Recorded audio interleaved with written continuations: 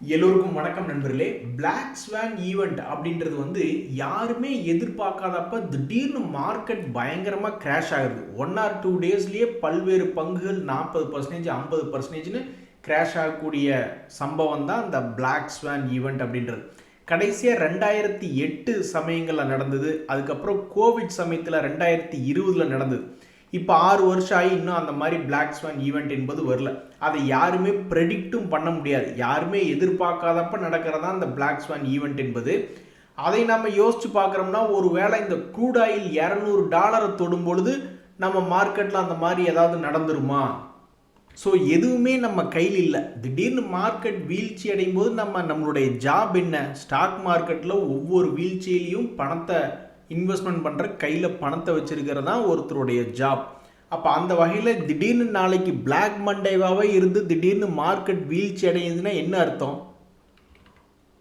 நம்ம அந்த வீழ்ச்சியை உபயோகப்படுத்திக்கிட்டோமா அப்படின்றதான் நம்ம பார்க்கணும். ஸோ அடுத்த வீழ்ச்சி எப்போ என்பதை பொறுத்து காத்திருப்போம். அதில் ஒரு நண்பர் சொல்கிறாரு, பிஆர் சுந்தர் அவர்கள் இந்தியன் ஸ்டாக் மார்க்கெட்டில் அடுத்த 5 வருடங்களுக்கு க்ரோத் இருக்காது அப்படின்னு அவர் சொல்கிறத நான் கேட்டுட்டு இருந்தேன் அப்படின்ற மாதிரி சொல்கிறாப்புல. பிஆர் சுந்தர் அவர்கள் எக்ஸ்பீரியன்ஸ்டு பர்சன். அவர் பல மேடைகளில் பல வீடியோக்களில் அவர் சில விஷயங்களை பேசும்பொழுது அவர் என்ன கான்டெக்ஸ்டில் பேசுகிறாரு அப்படின்றது முக்கியம். நான் அந்த மாதிரி விஷயத்தை நான் பார்க்கல. பட் என்னுடைய கருத்து, கிட்டத்தட்ட 10 கோடி எஸ்ஐபி அக்கௌண்ட்ஸ் இருக்குது. ஒவ்வொரு மாதமும் கிட்டத்தட்ட 25,000 கோடி 30,000 கோடி மார்க்கெட்டில் எஸ்ஐபி மூலியமாக டிசிப்ளினாக வர்ற பணமும் இருக்குது. அதே மாதிரி இட்ஸ் நாட் அ ஜோக் அப்படின்ற மாதிரி ஃபாரினர்ஸ் லட்சம் கோடிக்கு விற்று தள்ளிக்கிட்டு இருக்காங்க. எவ்வளவு முடியுமோ இப்போ கடந்த காலங்களில் இப்போ விற்றுக்கிட்டு இருக்கிறது தான் இருக்கிறதுலே அதிகம். அந்த ஷாக்கையும் நாம் அப்சர்வ் பண்ணிக்கிட்டு இருக்கோம். 2021 23 வரைக்கும் வந்த ரேலிக்கு அப்புறம் 2024 சரி, 2025 சரி, இப்போ 2026 சரி, ஒவ்வொரு பெரிய அளவுடைய வீழ்ச்சிக்கு பிறகும் அதை சம்பாரித்து கொடுத்துக்கிட்டே இருக்காங்க. இப்போ போன 2025 வீழ்ச்சி அடைஞ்சதுக்கப்புறம் எத்தனையோ பங்குகள் 40-50% சம்பாரித்து கொடுத்து மறுபடியும் கீழே விழுந்திருக்கான். இப்போ மறுபடியும் ஒரு வருஷம் கழித்து இந்த வருஷத்தினுடைய முடிவில் இது ஏதாவது பழைய 40-50% சம்பாரித்து கொடுப்பாங்களா அப்படின்னு பார்த்துக்கிட்டு இருந்தா, கிட்டத்தட்ட ஒரு மாதத்திற்குள்ளாகவே மார்ச்சில் வார் மூலியமாக 30-40% பங்குகள் இறங்குது. இப்போ ஏப்ரல் மாதம் முடியறதுக்குள்ளேயே அந்த 30-40% பல்வேறு பங்குகள் மேலே கொண்டு வந்துட்டாங்க. இப்படி சைட்வேஸாக நம்மளுடைய மார்க்கெட் இருக்கிறதுனால ஏதாவது ஒரு டைப்பில் அந்த எஸ்ஐபி கான்செப்டில் முதலீடு தொடர்ந்து பண்ணிக்கிட்டு இருக்கிறவங்களுக்கு அவங்க ஒவ்வொரு ஏற்றத்துலேயும் இறக்கத்துலேயும் யூனிட்ஸை சேகரிச்சுக்கிட்டே இருக்காங்க. அப்போ என்ன ஆகுது? மார்க்கெட் இப்படி க்ரோத் ஃபேஸில் இல்லைனாலும் சைட்வேஸில் மார்க்கெட் இருக்கிறதுனால ஒவ்வொரு கட்டத்திலையும் மார்க்கெட் எப்பெல்லாம் அதனுடைய உச்சிக்கு வரும் பொழுது அப்போ திடீர்னு ப்ராஃபிட்டுக்கு வந்துடுவாங்க. ஸோ க்ரோத் மார்க்கெட்டில் க்ரோத் இருக்கும்போது நம்மளுக்கு ப்ராஃபிட் வந்தால் என்ன, சைட்வேஸ் மார்க்கெட்டில் தொடர்ந்து முதலீடு பண்ணிக்கிட்டு இருக்கும் பொழுது அப்பப்போ எப்பெல்லாம் அது ஒரு லேட்டஸ்ட்டு ஒரு 6 மந்த் ஹையோ அல்லது ஒரு 1 இயர் ஹையோ திரும்பி தொடும் பொழுது லாபம் வந்தால் என்ன? ஸோ என்னை பொறுத்த வரைக்கும் மார்க்கெட்டில் க்ரோத் ஃபேஸில் இருக்கிறத விடவும் இப்போ ஒரு சேஃப்டி, மேலே ஏறினா தான் பயந்துட்டு கீழே இறங்கிடுறாங்க, கீழே இறங்கினா பயந்துட்டு மேலே ஏறிடுறாங்க. இந்த சைட்வேஸ் மார்க்கெட் என்பது ஒரு மோசமான ஒரு சினாரியாவே எனக்கு படல. ஏன்னா எனக்கு நல்லா ஞாபகம் இருக்குது, ஜனவரி டைமில் நிறைய பேர் போட்ட பணத்துக்கு மேலே வந்துருச்சு, ப்ராஃபிட் வந்துருச்சு அப்படின்ற மாதிரி சொல்லிட்டு இருந்தாங்க. அப்புறம் மறுபடியும் அடடா கொடுக்காமட்டமே எல்லாம் இறங்கி போச்சே இந்த மார்ச் மாத சமயத்தில் அப்படின்ற மாதிரி சொல்லிட்டு இருந்தாங்க. இப்போ மறுபடியும் ஏப்ரல் மாதத்தில் என்ன சொன்னாங்க, நிறைய பேர் நல்லா ப்ராஃபிட்டுக்கு வந்துருச்சு அப்படின்னாங்க. இப்போ கடந்த 4 நாட்களாக மார்க்கெட் இறங்கியிருக்கு. இனி மண்டே அன்னைக்கு நம்ம மார்க்கெட்டை போட்டு தள்ளுவாங்களா என்னன்றது தெரில. அப்படி இருக்கும்போது தொடர்ந்து இறங்குச்சுன்னா அப்போ என்ன ஆகும்? மறுபடியும் சில மாதங்கள் கழித்து திரும்பி வர்றான்னா அப்போ என்ன ஆகுது? ஒவ்வொரு முறையும் மார்க்கெட் நம்மளுக்கு ஆப்பர்ச்சுனிட்டி கொடுக்குது இந்த சைட்வேஸில் அப்படின்ற மாதிரி தான் அர்த்தம்.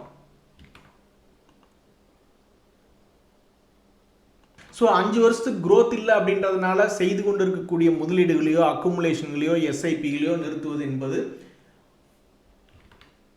சில வருடங்கள் கழித்து என்னைக்காவது ஒரு நாள் ஒரு க்ரோத் என்பது வரும் பொழுது அப்புறம் நம்மளுக்கு உதவி செய்யாமல் போயிடும்.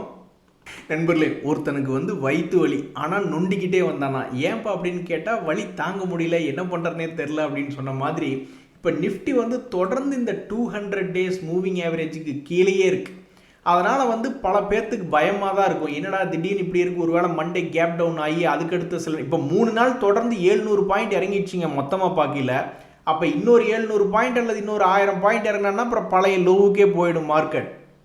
அதனால் தலைவலிக்குதேன்னு உட்காந்துக்கிட்டு இருப்பாங்க. இந்த சமயத்தில் தான் ஹெட்ஜிங் புட் ஆப்ஷன்லாம் எடுத்து ஹெட்ஜ் பண்ணவங்க கொஞ்சம் ரிலாக்ஸ்டாக உட்காந்துக்கிட்டு இருப்பாங்க. இந்த சமயத்தில் ஒரே ஒரு நியூஸ் தான் நம்மளுடைய மார்க்கெட்டை ட்ரைவ் பண்ணுறதுக்கு வாய்ப்பு என்பது அதிகம். அது வேறு எதுவும் இல்லை, ஈரான் வார் சம்மந்தப்பட்ட நியூஸ் தான். இதுவே இண்டிவிஜுவல் ஸ்டாக்ஸாக அடுத்து வரக்கூடிய வாரங்களில் வந்து Q4 ரிசல்ட்ஸ் அவங்க என்ன கொடுக்குறாங்களோ அதை வச்சு தனிப்பட்ட முறையில் ஸ்டாக்ஸ் என்பதனுடைய மூவ்மெண்ட் இருக்கும். இப்போதைக்கு பல்வேறு பங்குகள் ரிசல்ட் கொடுத்து ஏகப்பட்ட பங்குகள் 10-20% ஏறினவன் நிறையா இருக்கா. ஆனால் அதே சமயத்தில் கீழே இறங்கி போன பங்குகளில் ஃபஸ்ட்டு லிஸ்ட்டில் ஃபஸ்ட்டாக வர்றது ஐடி பங்குகள் தான். டிசிஎஸ் ஆகட்டும், HCL டாக் ஆகட்டும், எல்லாம் ரிசல்ட்டை கொடுத்துட்டு அடி வாங்கி சின்ன பின்னமாக வந்திருக்காங்க. ஸோ ரிசல்ட்டு சீசனில் நெகட்டிவாக இருக்கக்கூடிய பங்குகளில் பாவம் இப்போ ஐடி செக்டர்ஸ் அதிகமாக அடி வாங்கியிருக்கு. வேறு எது அதிகமாக அடி வாங்கியிருக்காங்க அப்படின்னு பார்த்தா இந்த ஏஎம்சி கம்பெனிஸ். ஒரு உதாரணத்துக்கு இந்த யூடிஐ ஏஎம்சி எல்லாம் வந்து ஆல்ரெடி ஒரு வருஷம் லோ ப்ரைஸில் தான் ட்ரேட் ஆகிட்டு இருக்கான். அவங்களுடைய ரிசல்ட்டில் வந்து பார்க்கும்பொழுது லாஸ் மேக்கிங்க 51 கோடி லாஸ் அப்படின்ற மாதிரி மார்ச் குவார்ட்டரில் கொடுத்துருக்காங்க. அதே மாதிரி இந்த ஆதித்யா பிர்லா சன்லைஃப் ஏஎம்சி அதனுடைய விலை வந்து ஆல்மோஸ்ட் உச்சத்தில் தான் இருக்கான். ஏன்னா இவனுடைய பர்ஃபார்மன்ஸ் நல்லா இருக்கிறதுனால யூடிஐ ஏஎம்சி கீழே இருந்தாலும் இந்த ஆதித்யா ஏஎம்சி என்பது மேலே உச்சத்தில் தான் இருக்குது. ஆனாலும் அவங்களுடைய லேட்டஸ்ட் ரிசல்ட் என்பது பார்க்கும்பொழுது 458 கோடி சேல்ஸ் போன குவார்ட்டரோடவும் கம்மியாகவும், அதே மாதிரி லாபம் என்பதும் குறைவாக தான் காமிச்சிருக்காங்க. அதே மாதிரி நம்மளுடைய முதுகெலும்பே பேங்கிங் செக்டர் தான். அந்த பேங்கிங் செக்டர்லேயே வந்து HDFC பேங்க்லாம் ரிசல்ட்டுக்கு அப்புறம் கொஞ்சம் தடுமாற்றமாக இருக்குது. அந்த மாதிரி பேங்க்ஸுக்கே சில பேங்க்ஸ் எல்லாம் வந்து ரிசல்ட்டுக்கு அப்புறம் கொஞ்சம் நெகட்டிவ் இம்பேக்டோட தான் மார்க்கெட்டில் இருக்குது. SBI லைஃப் இன்சூரன்ஸ் இப்போ நிறைய பங்குகளை போய் பார்த்தீங்கன்னா எல்லாருமே கீழே விழுந்துட்டு ரெக்கவரி ஆகிட்டு கொஞ்சமாக தான் கீழே விழுந்திருக்காங்க. அப்படியே மொத்தமாக கீழே விழுந்த பங்குகளினுடைய எண்ணிக்கை வந்து ரொம்ப கம்மி. ஆனால் நம்மால் இந்த SBI லைஃப் இன்சூரன்ஸ் மொத்தமாக 4 நாளில் அந்த சாதனை செஞ்சிட்டான். அவன் எங்கிருந்து ஓரளவுக்கு மேல் நோக்கி வந்திருந்ததோ அந்த இடத்துலேருந்து இப்போ மறுபடியும் தன்னுடைய பழைய லோ பக்கத்திலே வந்து விழுந்த பங்கு. இதுக்கு மிக முக்கியமான காரணம் அவங்க வெளியிட்டிருந்த Q4 ரிசல்ட் சீசன் தான். அதுபோக இந்த ஹேவல்ஸ், ட்ரெண்ட் போன்ற சில பங்குகளும் அவங்களுடைய ஃபைனான்ஷியல் ரிப்போர்ட்ஸ் எல்லாம் Q4 ரிப்போர்ட்ஸ் வெளியிட்ட பிறகு கொஞ்சம் சிரமமாக தான் இருந்தது. அதுலேயும் இந்த ட்ரெண்ட் எல்லாம் வந்து கரெக்டாக 200 days மூவிங் ஆவரேஜ் கிட்ட இருக்கான். எந்த பக்கம் டெசிஷன் எடுத்து போகிறான், ஒரு டவுன் சைடா அல்லது அப் சைடா, எந்த பக்கம் போகிறான்னு பார்க்குறதுக்கு ரொம்ப சுவாரஸ்யமாக இருக்குது. ஏற்கனவே கடந்த ஒரு வருஷமாகவே அவனால் 200 days மூவிங் ஆவரேஜை தாண்ட முடியல. இந்த ரிசல்ட் சீசனில் தான் கொஞ்சம் தாண்டலாம் அப்படின்ற மாதிரி வந்தான். பட் இருந்தாலும் ரிசல்ட்டுக்கு அப்புறம் பார்த்தோம்னா சுமாராக அந்த 200 days மூவிங் ஆவரேஜ் கிட்டே ட்ரெண்ட் சுற்றிக்கிட்டு இருக்கு. அதில் பாருங்கள் நண்பர்களே, இந்த டெக்னிக்கல் அனாலிசிஸ் பண்ணுறவங்களாம் என்ன பண்ணுவாங்கன்னா, ஏதாவது ஒரு பங்கு பெருசாக கீழே விழுந்து இப்படி ட்ரேட் ஆகிட்டு இருக்கான்னு வச்சுங்களேன், சரி தன்னுடைய பழைய ஹையை போய் மீட் எடுத்தானாவே ஒரு குறிப்பிட்ட பர்சன்டேஜ் ஏறுமோ, ஒரு 50-100 ஏறுமோ அப்படின்ற மாதிரி யோசிச்சு பார்ப்பாங்க. இதுவே வந்து ஃபண்டமெண்டல் பார்க்குறவங்க என்ன நினைப்பாங்கன்னா, சில நேரங்களில் ஒரு கம்பெனி போன வருஷம் அல்லது போன குவார்ட்டரில் ஒரு ஷேருக்கு எவ்வளவு சம்பாரிச்சு கொடுத்தது, ஏர்னிங்ஸ் பர் ஷேர், அந்த ஏர்னிங்ஸ் பர் ஷேரை இப்போ இந்த குவார்ட்டரில் இன்க்ரீஸ் பண்ணியிருக்கானா, டபுள் பண்ணியிருக்கானா, ட்ரிபிள் பண்ணியிருக்கானா அப்படின்ற மாதிரி பார்ப்பாங்க. ஏன் அப்படின்னா இவங்களை பொறுத்த வரைக்கும் ஒரு பங்கினுடைய விலை 100 ரூபாயிலிருந்து 200 ரூபா போகணும், டபுள் ஆகணும் அல்லது ட்ரிபிள் ஆகணும் அப்படின்னா இவங்களை பொறுத்த வரைக்கும் ஏர்னிங்ஸ் பர் ஷேர், ஒரு ஷேர் சம்பாதிக்கிறது டபுள் ட்ரிபிள் அப்படின்ற மாதிரி ஆகிட்டு போகணும். அதே டெக்னிக்கல் அனாலிசிஸ் பண்ணுறவங்களுக்கு ஒரு பங்கு பெருசாக அதனுடைய ஹையுக்கும் லோக்கும் ஒரு பெரிய டெப்த் இருக்கணும். அந்த டெப்த் வந்து திரும்ப ரீச் பண்ணாவோ அல்லது அந்த டெப்த்தை திருப்பி போட்டு அதையும் பிரேக் அவுட் ஆகி மேலே போனாவோ ஒரு டபுளோ ட்ரிபிளோ போகுமான்ற மாதிரி டெக்னிக்கல் அனாலிசிஸ் பண்ணுறவங்க யோசிச்சு பார்ப்பாங்க. பட் ஃபண்டமெண்டல் பண்ணுறவங்களுக்கு ஏர்னிங்ஸ் பர் ஷேர் வந்து மல்டிபிளாக இன்க்ரீஸ் ஆகிருக்கணும். ஒரு உதாரணத்துக்கு அதுக்கு எக்ஸாம்பிள் பார்க்கணுன்னா, இந்த நெட்வெப் டெக்னாலஜிஸ் அப்படின்ற பங்கு அது இப்போ வெளியிட்டிருக்கக்கூடிய லேட்டஸ்ட் குவார்ட்டர், அதாவது டிசம்பர் குவார்ட்டர் வரைக்கும் தான் நம்மளுக்கு தகவல் இருக்குது. அந்த டிசம்பர் குவார்ட்டர் வரைக்கும் பார்த்தீங்கன்னா 5 ரூபா அதுக்கு முன்னாடி ஒரு ஷேருக்கு சம்பாரிச்சு கொடுத்துருந்தவன் டிசம்பர் குவார்ட்டரில் 12.94. அப்போ இனி அடுத்து வரக்கூடிய மார்ச் ரிசல்ட் சீசனில் இது எப்படி சம்பாரிச்சு தரும்? ஸோ அடுத்த வாரத்தில் ரிசல்ட் சீசனில் இந்த நெட்வெப் டெக்னாலஜிஸ்னுடைய ரிசல்ட் வந்து ரொம்ப ஆர்வமாக எதிர்பார்த்துட்டு இருக்காங்க.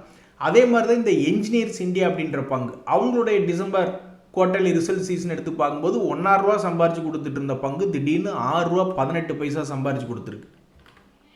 இந்த 2 பங்குகளுமே சமீபத்தில் மேல் நோக்கி ஏறி வந்த பங்குகள் தான். இனி இதனுடைய ரிசல்ட் வந்து அடுத்த மாதம் வரக்கூடிய நேரத்தில் இந்த என்ஜினியர்ஸ் இந்தியானுடைய அடுத்த Q4 ரிசல்ட் எப்படி வரும் அப்படின்னு பார்க்குறதுலையும் ரொம்ப ஆர்வமாக இருக்குது. அப்பாடா, இன்றைக்கி ஒரு நியூஸாக அது உருப்படியான நியூஸாக இருக்குன்னா கிடையாது. மண்டே அன்னைக்கு என்ன ஆகுமோன்னு ஒரு பதட்டமான சூழ்நிலையில் தான் இருக்கும். இருந்தாலும் ஒரு நியூஸ், உருப்படியான ஒரு நியூஸ் ஒன்று எடுத்துகிட்டு வந்திருக்கேன்.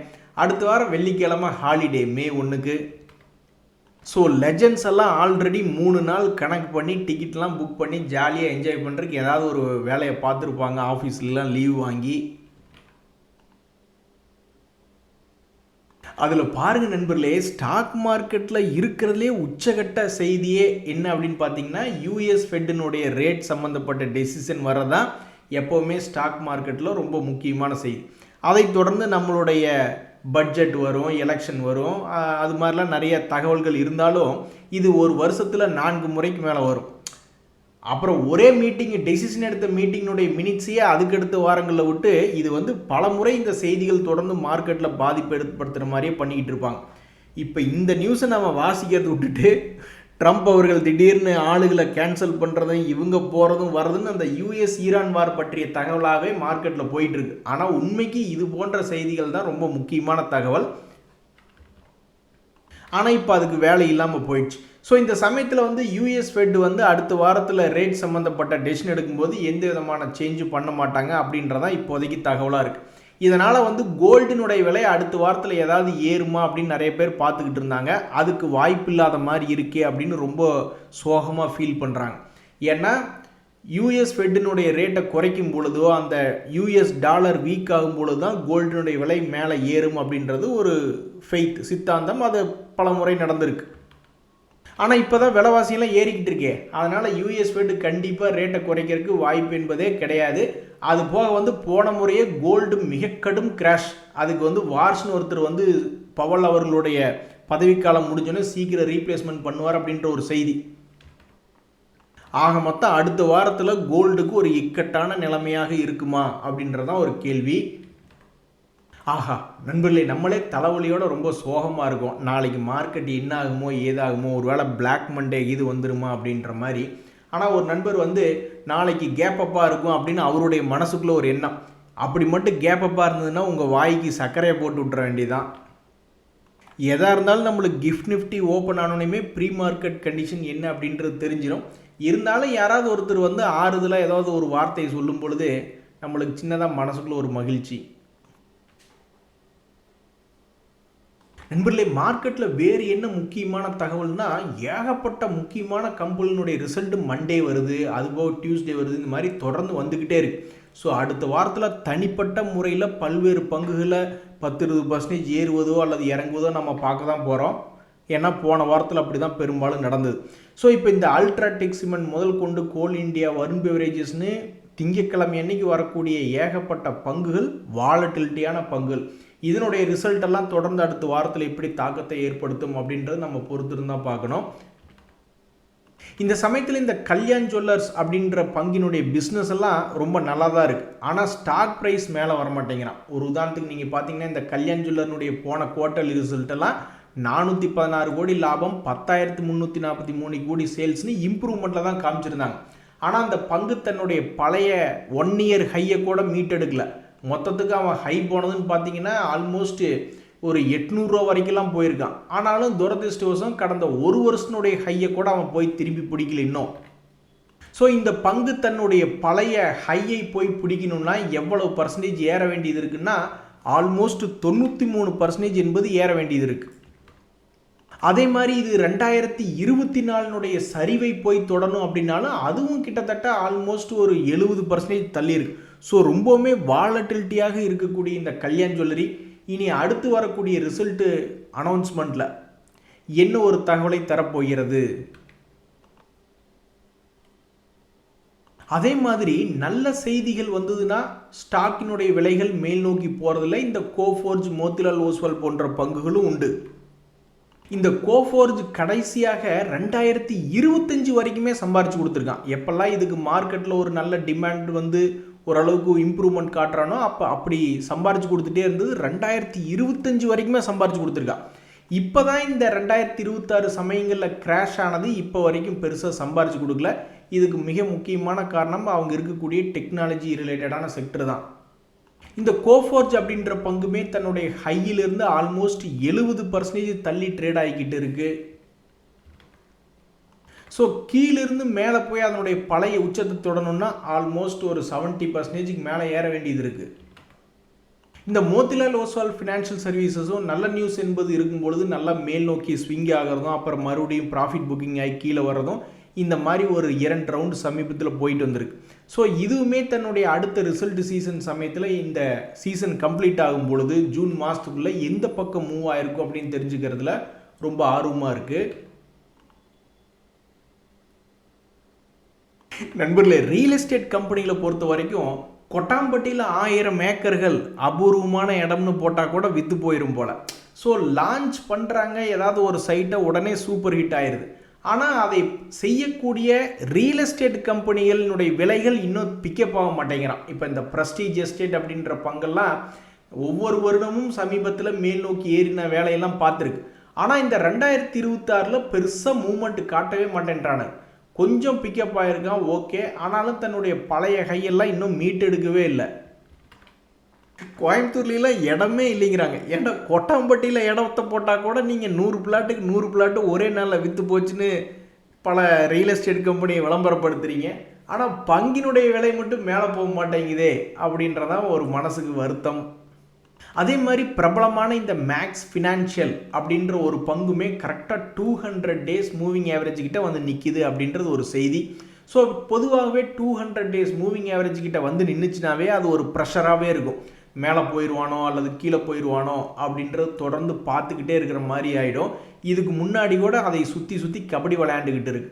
ஸோ ரொம்ப ப்ரெஷரில் இந்த 200 டேஸ் மூவிங் ஆவரேஜ் கிட்ட சுற்றி கொண்டு இருக்கக்கூடிய இந்த மேக்ஸ் ஃபினான்ஷியல் சர்வீசஸ் அப்படின்ற பங்கு சில மாதங்கள் கழித்து எடுத்து பார்க்கும்போது எந்த பக்கம் வந்திருக்கு அப்படின்னு பார்க்கறதுக்கு ரொம்ப சுவாரஸ்யமாக இருக்கும். நண்பர்களே, இப்போதைக்கு பல இடங்களில் குறிப்பாக இந்த சாஃப்ட்வேர் டெவலப்பருக்கெல்லாம் ஜாப் மார்க்கெட் சுச்சுவேஷன் அந்தளவுக்கு சிறப்பாக இல்லை. ஒரு செய்தி கூட ஒன்று படிச்சுக்கிட்டு இருந்தேன். 100 பேர் ஒரு வேலைக்கு போயிருக்காங்க இன்டர்வியூக்கு. கடைசியில் 6 பேர்த்த தான் ஃபைனல் இன்டர்வியூக்கு எடுத்திருக்காங்க. அதுலேயும் சரியாக ஒன்றும் பெருசாக ரெஸ்பான்ஸ் இல்லை. அது எத்தனை ரூபா சம்பளத்துக்கு? ஒரு மாதத்திற்கு 25,000 சம்பளம். இதுக்கே 3 இயர்ஸ் எக்ஸ்பீரியன்ஸ் ரேஞ்சில் ஆளுகளை தேடிக்கிட்டு இருக்காங்க. ஸோ ஸ்டாக் மார்க்கெட்டெல்லாம் யாரும் ஃபுல் டைமாக நம்பி உள்ளே எதுவும் பண்ண முடியாது. இந்த மாதிரி ஜாப் மார்க்கெட் வச்சு தான் நம்ம வண்டி ஓட்ட முடியும். அப்படின்னு என்ன பண்ணோம், இருக்க டஃப் ஆகிட்டே போயிட்டுருக்கல. நம்ம தான் புதுசாக ஏதாவது ஒன்று படிச்சுக்கிட்டு ஏஐ சம்மந்தம் படிச்சுக்கிட்டு டெவலப் ஆகிட்டே போயிட்டுருக்கணும். ஏன்னா மார்க்கெட் எப்போவா இறங்குவான் எப்போ தூக்குவானே தெரியாது. ஒரு உதாரணத்துக்கு இந்த சுஸ்லான்னு பார்த்தீங்கன்னா பெரிய அளவில் சம்பாரிச்சு கொடுத்துருக்காங்க. நான் இல்லைன்னு சொல்லலை. சமீபத்தில் பார்த்தீங்கன்னா ஆல்மோஸ்ட் ஒரு 40% சம்பாரிச்சு கொடுத்துருக்கானுங்க. 1 லட்சம் என்பது 1,40,000 ஆயிருக்கும். எத்தனை மாதத்தில்? 2 மாதத்தில். ஆனால் இதே சுஸ்லான் தான் எவ்வளவு பெரிய இறக்கத்தை பண்ணி விட்டுருக்கான் பாருங்கள்.